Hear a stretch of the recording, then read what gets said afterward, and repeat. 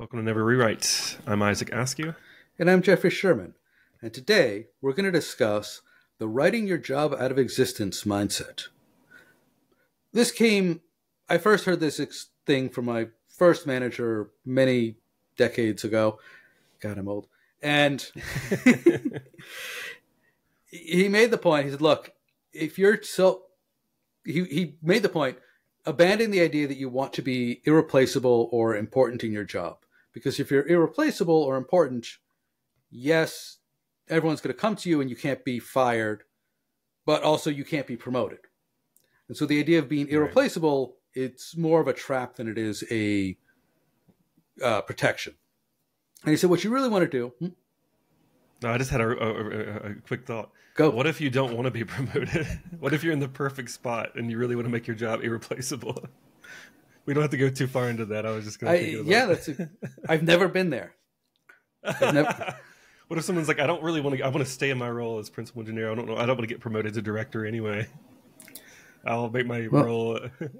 Anyway. Well, yeah, I see people, myself included, but like, I want to stay as an individual contributor. I don't want to become a manager, which is create some strife.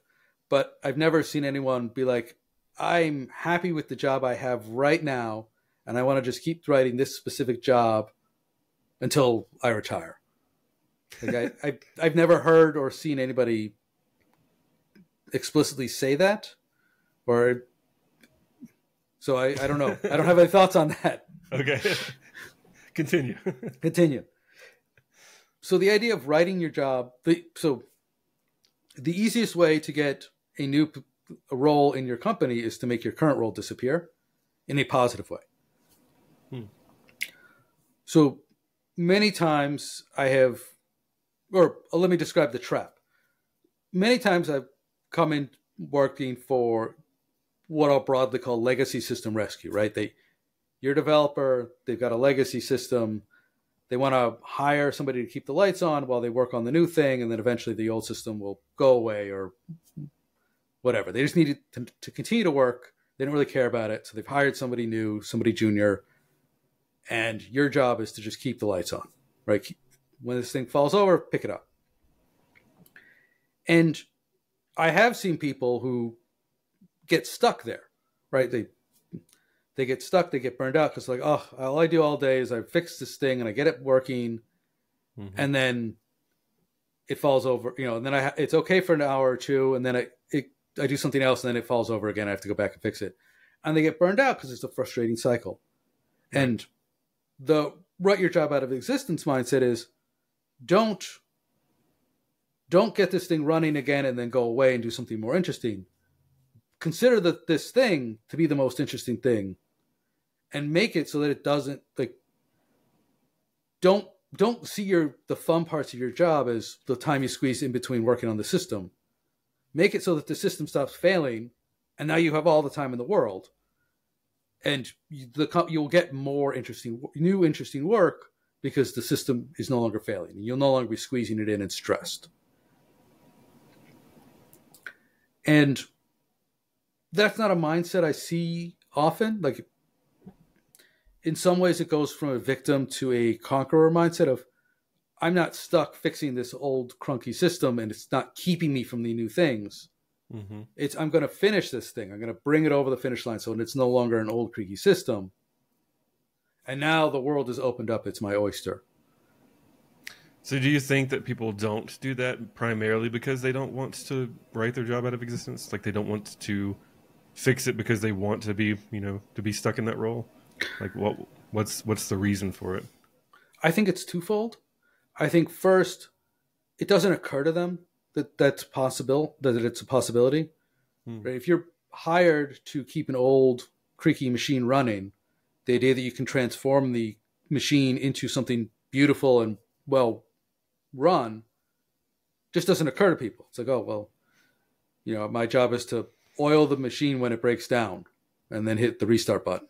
It's like, well, not really. Like it'd be a whole lot better if the machine didn't break down at all, and then you'd be free. And I don't think that occurs to people. And also, I think there is a bit of fear of, oh, well, what would happen if Second, I think people don't believe that they can do that. The idea of a change in a system change is scary to people. It's not scary, it's daunting. Mm-hmm. Right? The idea of, I'm going to replace this creaky machine with a new machine seems doable, but I'm going to repair and bring this machine back from the dead seems not doable. And I think a lot of that has to do with the idea of, my job is to keep this machine running. It's not my job to fix the machine, to repair the machine, and bring them to improve the maintenance on the machine. And so I think a lot of it is it just doesn't occur to people. Right. Yeah, I think the not occurring is probably a primary part of it. As we mentioned in the recent episode about just getting kind of lost in your day-to-day, your normal habit of, the machine's broken, got to do this, this, and this, and press reboot, and then it'll be good to go for another 32 hours until it happens again. Getting lost in that is one thing.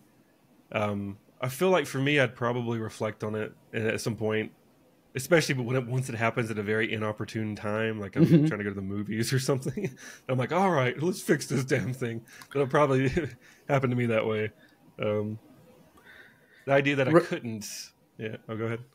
Well, so the worst case of this I ever saw, there was a pretty good developer. He wrote good code, and he was maintaining a terrible system.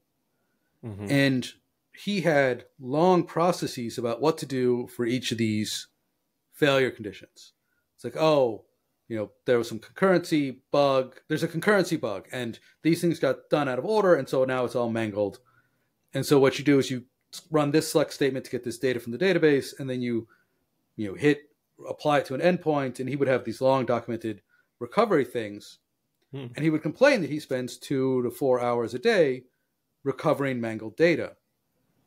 And it's a lot of hours a day. It's a lot of hours a day. And he complained. He was bitter. He was upset. He was burned out.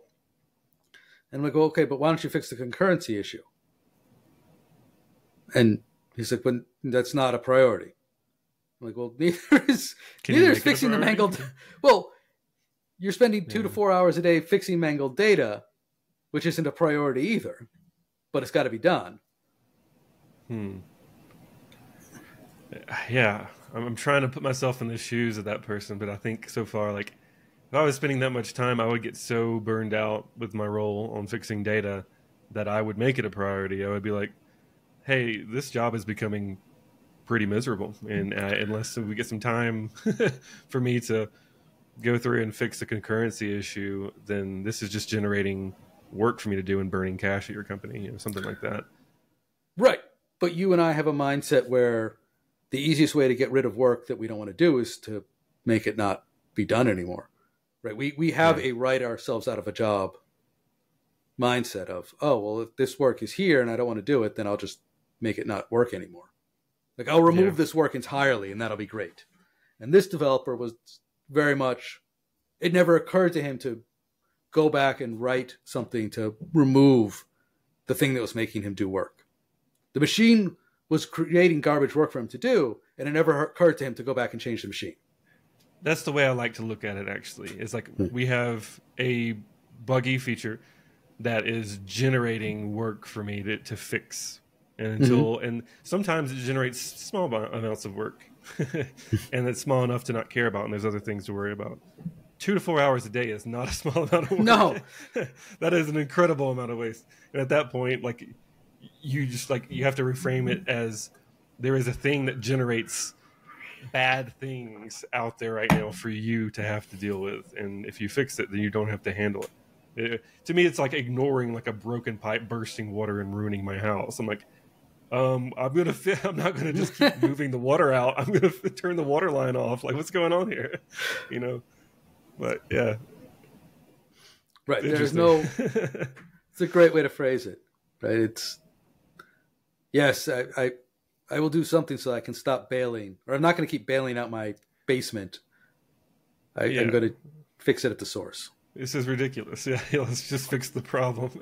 But I do agree that there's a particular area where one, you can get lost in your daily work and it doesn't seem as bad because you're so used to doing it, and two, the problem may not have been an issue as much as it was at first. Maybe it was like a small minor thing and it just kept growing over time, and you became numb to that part of it. Now it's 2 to 4 hours, and it used to be 10 minutes of your day 3 years ago, but now the problem kept growing because your company grew, and so the data that got corrupted grew, so the concurrency issues were worse, and now it's a big problem. Now you focus on it, but you just have to have somebody, again, like from last episode, look at you and be like, what are you doing, man?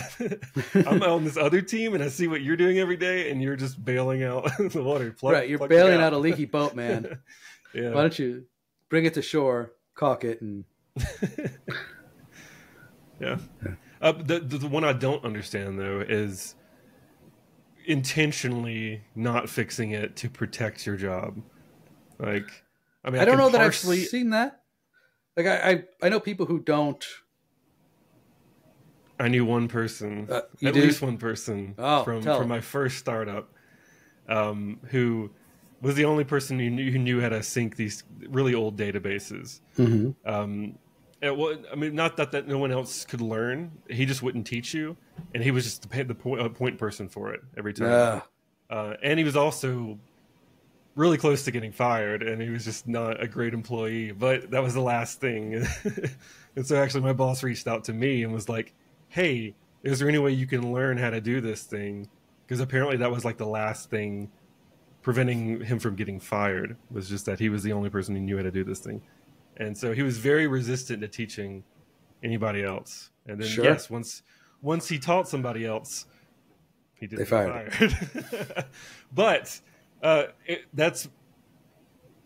I can see the fear from the perspective of, like, I just don't want to lose my job. But generally that's coming from somebody who deserves to lose their job anyway. They're not doing a good job. Right. I did have one job once where my role was to make somebody who was indispensable, just not a single point of failure, so that the company could grow. And he did not like that idea. He couldn't see that me making him indispensable meant that he would have time to grow and grow with the company. And instead he fought me tooth and nail to keep he wanted to be the big fish in the small pond, and he did not want he didn't want the chance to be an even bigger fish in a bigger pond. Yeah. Needs to go the ayahuasca route and dissolve the ego. What is ayahuasca? Ayahuasca, the drug. Oh. You should look it up. All right. Dear listener, drugs. Just kind of drugs to help dissolve the ego in general, and kind of reflect on who you are. It's more of that kind of philosophical route. Okay. Don't do drugs, kids. It's just a reference. Or do them, but do them responsibly. I don't know. Depends on where you're at, what state. Yes. Laws may vary. Awesome. I think this is totally great way to end the episode. Yeah, let's just end it here. Thank you all for listening. I'm Jeffrey Sherman. And I'm Isaac Askew, and this is Never Rewrite.